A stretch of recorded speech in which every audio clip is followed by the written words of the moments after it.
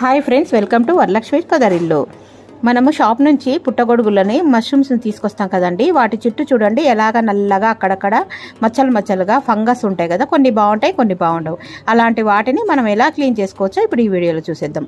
ఒక బౌల్ తీసుకొని ఆ పుట్టగొడుగులను వేసి బియ్య పిండి కానీ లేదా మైదా పిండి కానీ గోధుమ పిండి కానీ వేసి పుట్టగొడుగులను బాగా రబ్ చేయాలి. చూడండి వీడియోలో చూపిన విధంగా రబ్ చేస్తే వాటికి ఉన్న ఫంగస్ అంతా పోయి పైన నల్లగా మచ్చలుగా ఇక్కడ పాడైనవి ఉంటే కూడా అన్నీ పోయి శుభ్రంగా తెల్లగా అవుతాయి. ఒక 2 సార్లు ఇలాగా కడిగి నీట్గా వంపేసుకోండి. ఇప్పుడు చూడండి నీళ్ళల్లో మచ్చలుగా ఎలా నీళ్లు చూడండి కలర్గా అక్కడక్కడ నల్ల మలినాలు కనిపిస్తున్నాయి. ఇలాగా పుట్టగొడుగులు తెల్లగా అవుతాయి. మీకు ఈ వీడియో నచ్చినట్టయితే తప్పకుండా లైక్ చేయండి, షేర్ చేయండి, కామెంట్ పెట్టండి, సబ్స్క్రైబ్ చేసుకోండి. మీలో ఎంతమందికి పుట్టగొడుగులు ఇలా క్లీన్ చేసేది తెలుసో నా కామెంట్ సెక్షన్లో తెలియజేయండి. మరో మంచి వీడియోతో మీ ముందుంటాను. Please subscribe.